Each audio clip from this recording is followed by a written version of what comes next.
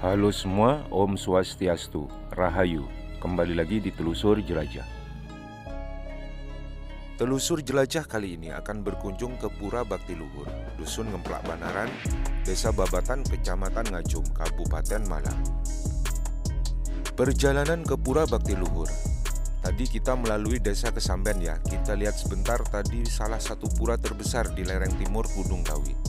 Terus kita masuk ke Dusun Banaran, salah satu kampung atau dusun dengan penganut Hindu terbesar, berjumlah 75%. Pemangku di Pura Bakti Luhur adalah Romo Mangku Sampur. Pada kesempatan ini, Telusur Jelajah akan berbincang santai dengan beliau tentang Pura Bakti Luhur dan hal-hal lain atau aspek lain kehidupan keberagamaan, terutama umat Hindu. Aksesnya memang ini ya, Romo Mangku ya? Ya. Satu-satunya lewat sini? Bukan, dulunya sini. Dulunya sini. Nah, ini kemudian diberi jalan oleh saudara kita yang muslim ini. Oh malah. Berarti yang orang Islam yang ngasih ini, Iya. tanahnya untuk dikasih jalan Satu meter sepanjang. ke pura ini ya? Luar biasa. Ini kalau pelinggihnya atau candi-candinya mirip dengan si Katon. Keraton Gunung Kawi. Iya. Bangunannya pun walaupun beda ya bentuknya, tapi mirip, fungsi-fungsinya pun mirip.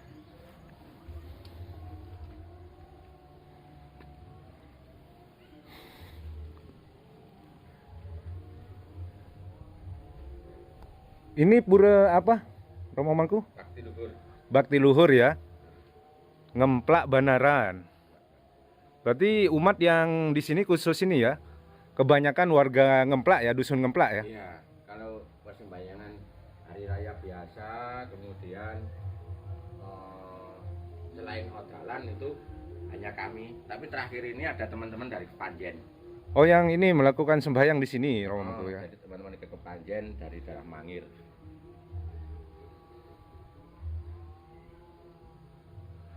Ini tahun berapa Romo Mangku ini dibangun pura ini? Mulai bangun 2013 awal.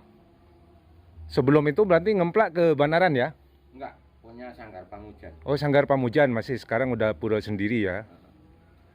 Seperti ini pun sesuai konsep ya, karena Tuhan itu sebenarnya nirguna Brahman, artinya tidak berwujud, supaya dalam memudahkan dalam kita memuja beliau, kita mohon beliau berkenan diwujudkan. Jadi mungkin ada Brahma, Wisnu, dan Siwa itu yang kita wujudkan. Artinya Tuhan itu tidak berwujud, nirguna Brahman namanya. Itu manifestasinya aja ya Nah, Romo Mangku ya? seperti matahari, beliau ada sinar-sinarnya. Termasuk leluhur kita sendiri ada salah satu sinar dari beliau tuh. Nah, ini pelinggih yang ada gambar seorang dewi itu perlambang dari ibu, bersifat feminim. Feminim ya? Ini representasi dari Dewi apa kalau dalam... Ibu ya? Bisa sesuai dengan tujuan kita. Bisa berwujud seperti Saraswati, Dewi Uma, atau Dewi apa itu yang satu, Dewi Laksmi, tergantung dari kita tujuan kita dalam mewujud. Kemudian yang tengah itu setana atau linggih dari leluhur kita yang berbentuk apa, ada kayunya itu gedong luhur namanya. Terus yang paling tinggi bentuk candi itu bersifat maskulin, Laki-laki.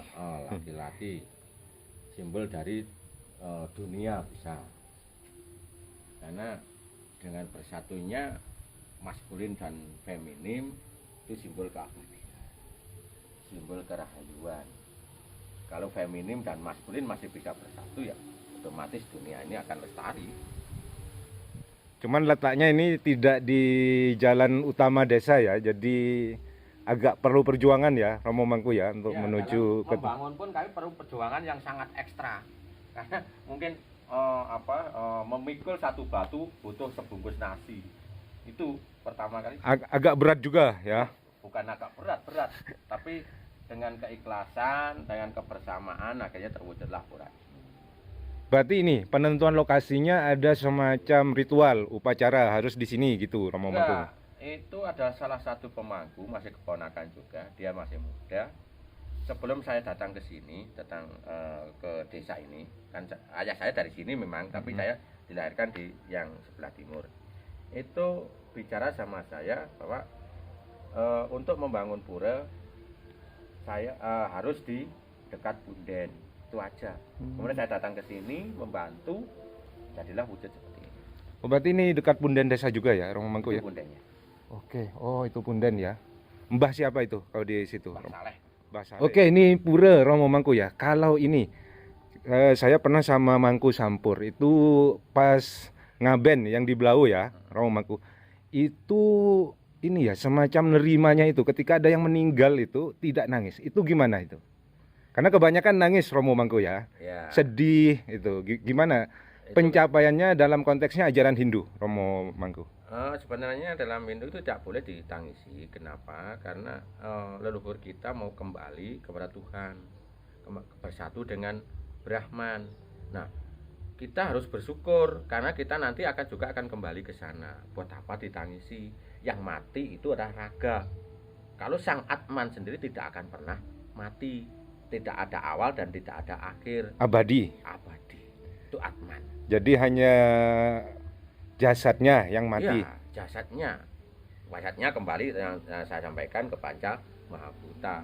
Kalau sang Atman sendiri, sang aku bukan berarti tubuh ini ya, itu akan kembali kepada Tuhan. Kesejatian itu kan dari sang pencipta ya Romo Mangku ya. Sangkan paraning dumadi. Sangkan paraning dumadi kau orang Jawa. Oke, itu ya salah satu contoh dari desa ajaran Hindu juga yang diimplementasikan Romo Mangku ya, benar-benar nggak ada yang nangis gitu kan? Iya, seharusnya tidak nangis. Idealnya ya.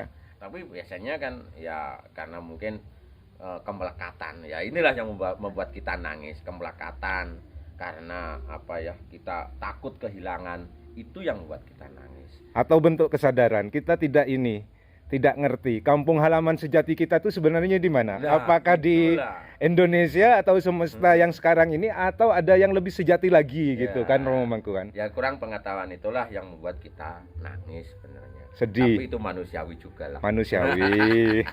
Cuman ya nangis berlebihan ya enggak apik. Ya karena kemelekatan tadi, karena kemelekatan cinta itulah yang membuat membelenggu kita. Membelenggu ya, cinta kepada materi atau duniawi, kan tubuh ini duniawi kan, dan yang lain-lain pun yang ada di ini duniawi. Kalau kita melekat di situ, kita tidak akan kemana-mana, kita tidak akan bersatu dengan Tuhan. Padahal sesuatu yang pasti itu ya. Iya. Harus kembali itu ya. Harus kembali. Kalau kita hidup dagang kan masih spekulasi, misalnya usaha apa mau jadi apa masih spekulasi kan. Iya. Tapi yang disebut mati itu kan sebuah kepastian. Keniscayaan itu udah pasti harus kembali. Iya. Kita harus ini ya, jangan sampai ada persepsi takut kembali ke kampung halaman sejati kita. Itu enggak bisa, walaupun kita takut kita akan tetap ke sana. Tetap harus berangkat. Kita takut. Iya benar. Oke, benar. Di Hindu pun Trimurti itu kan Brahma lahir, Wisnu itu hidup, Siwa itu kembali. Jadi kekuatan ini tidak akan bisa kita hindari. Apapun kemampuan, apapun yang kita mampu, tidak akan bisa membatasi. Ini niscaya pasti terjadi.